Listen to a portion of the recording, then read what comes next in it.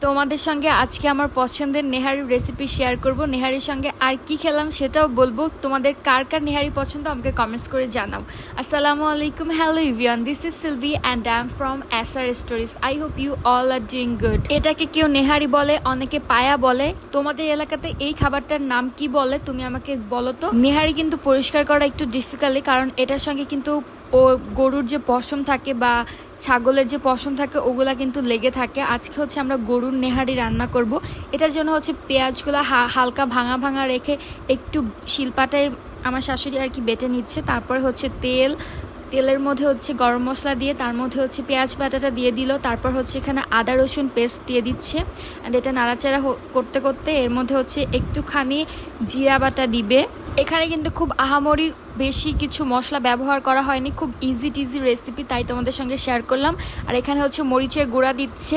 মরিচের গুঁড়ার কথা হয়তো তোমরা ইতিমধ্যেই জানো, আমার প্রিভিয়াস ভিডিওতে আমি বলেছি যে উনি কীভাবে মরিচ আর হলুদ একসঙ্গে মিক্সড করে রাখে।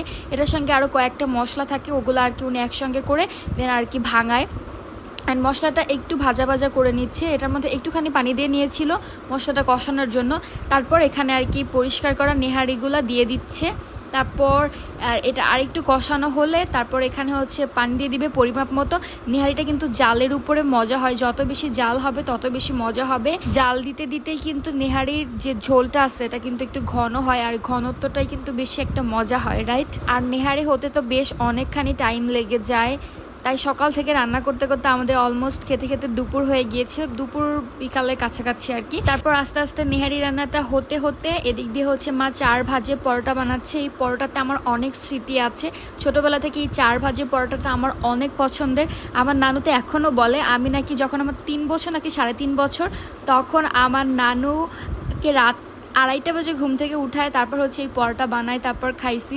তো যখন আমি এই পরোটাটা দেখি তখনই আর কি আমার এই ছোটোবেলার স্মৃতির কথা মনে পড়ে যায়। নর্মালি আমরা দোকান থেকে যে পরোটা খাই আর এই পরোটার মধ্যে কিন্তু ডিফারেন্স আছে। দেখুন পরোটাগুলো কিন্তু একদম ফুলকো ফুলকো হয়ে গিয়েছিল। দেন মা হচ্ছে বানাচ্ছিল, আমি হচ্ছে একদিক দিয়ে ভাজছিলাম। দেন সব কিছু ভাজাভাজি শেষ, তারপর হচ্ছে সালাদ কাটলাম। সালাদটা হচ্ছে এখন মাখাবো, বেশি একটা মাখাবো না। দেন একটু ডেকোরেশন করছি। কোনো কিছু একদম সুন্দরভাবে ডেকোরেশন না করে কিন্তু আমার খেতে একদমই ভালো লাগে না, কারণ আগে হচ্ছে দর্শনদারি তারপর হচ্ছে গুণবিচারি। কি বলেন আপনারা কি আমার সঙ্গে একমত?